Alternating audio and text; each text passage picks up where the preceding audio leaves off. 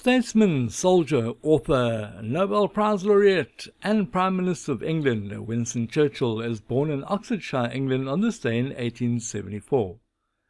Churchill would guide Great Britain and the Allies through World War II.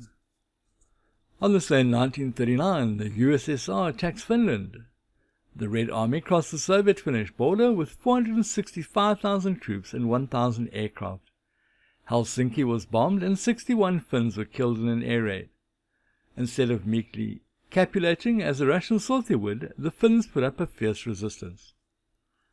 On this day in 1950, President Harry S. Truman announces during a press conference that he is prepared to authorize the use of atomic weapons in order to achieve peace in Korea. At the time of Truman's announcement, Communist China had joined North Korean forces against the United Nations troops, which included US soldiers. On this day in 1954, a woman asleep on a couch is hit by a meteorite. Mrs. Anne Elizabeth Hodges was struck by a meteorite weighing nearly 4 kilograms after it crashed through the roof of her house, bounced off a radio, and hit her on the leg. She escaped with only a nasty bruise along her hip and leg. On this day in 1989, Richard Mallory becomes the first victim of Aileen Wuornos, the woman inaccurately dubbed America's first female serial killer. Over a period of a year, Wuornos had gone to murder 7 people. On this day in 1994, the cruise ship Achille Lauro catches fire and sinks to the bottom of the sea near Somalia.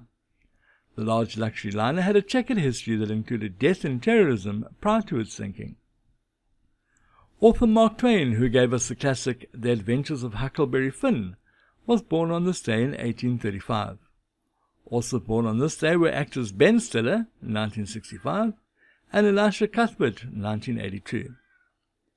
And finally, on this day in 2006, Malatse Chiliboy Ralepele becomes the first black player to lead the South African rugby team, the Springboks. They played against the World 15 in England.